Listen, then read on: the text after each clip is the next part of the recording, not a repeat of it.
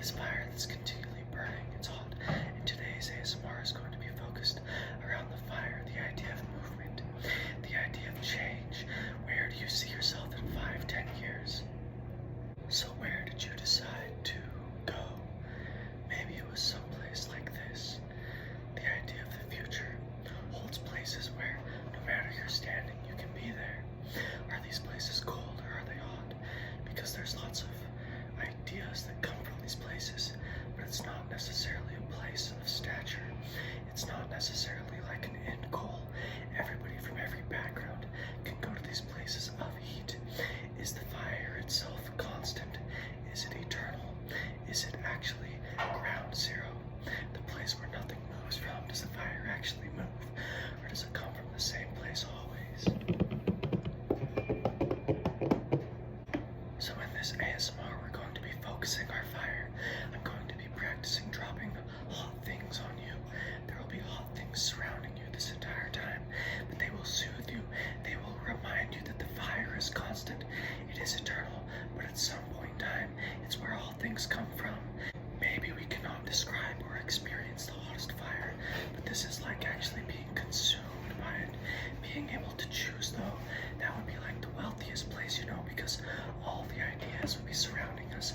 They'd be eternal, and we could choose anything we want in our reality. We could go anywhere we wanted to. So we're going to be practicing this fire bending, and that's what we're going to call this ASMR, is fire bending, a fire bending tutorial. But just to begin, I'm going to drop hot steel balls, and I'm going to roll them across your skin, and you feel these steel balls, but you're actually in a hotter place. You're in the place like we described, so even though these steel balls are hot, they feel cold. That's where the idea of hot and cold can co-mingle, they coexist, because in the hottest place, everything will feel cold to you. But this place does not exist. It's made up. It's in our minds. We must use our imaginations to go there. We must dream of this place. We must try to picture ourselves being there in the future.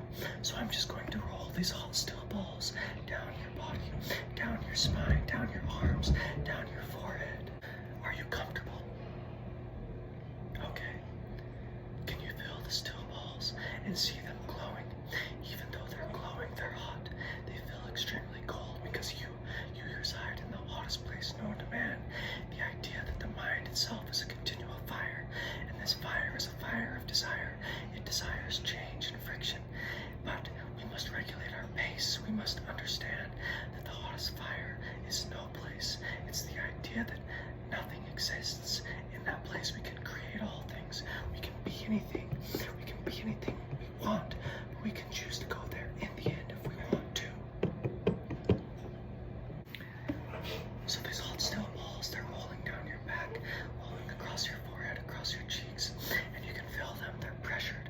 They're sensing that things actually could be hotter, and they gravitate towards the hottest parts in your body. They want this heat because that's the densest places in your body.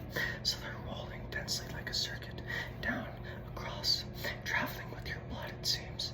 These hot balls, as you're laying down, they're traveling across your entire body.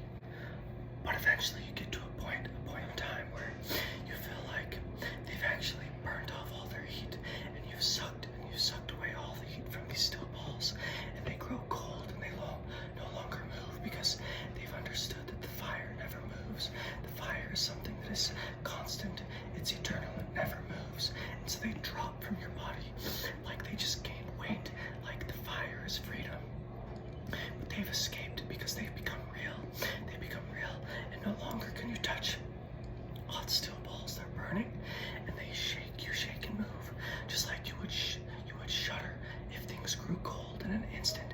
And you shuddered, and all these steel balls, they fell off your skin, they fell off your body, and they fell to the floor like gravity grabbed them and threw them there.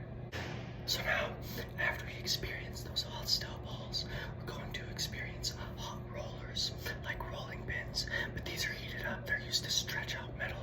They're used to stretch out things that can actually stretch when they understand that fire is where all things come from.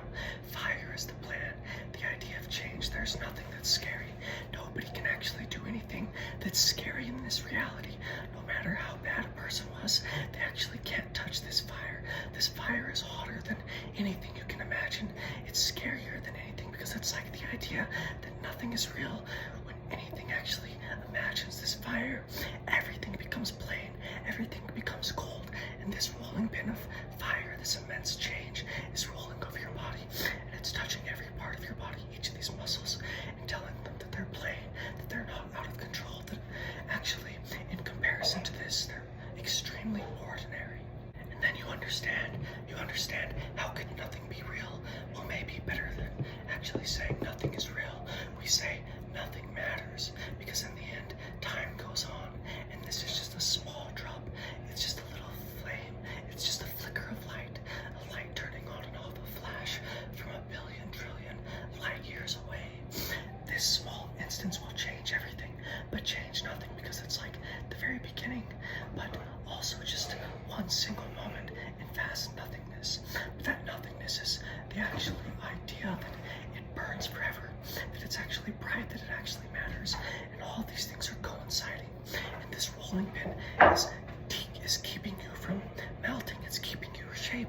As we roll this rolling pin up and down your body, it's actually forming your body, your muscles, all your ligaments and everything, because it understands that as this eternal cycle of flame and actually nothing, no change, pursue one in itself, it actually creates the idea of consistency, the idea of normalcy, the idea that structure is actually something which has minuscule amounts of these things, but at times we can have moments where we understand everything.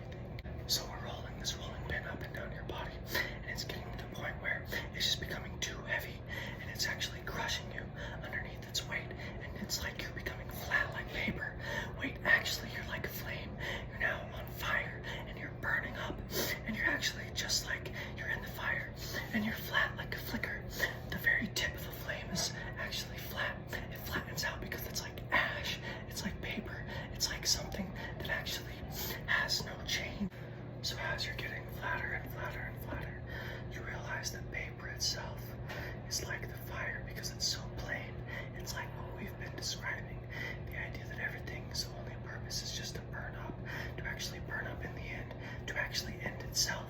We understand that paper itself is fuzzy, it's like work. That's why you almost fear touching it at times, because it feels like work.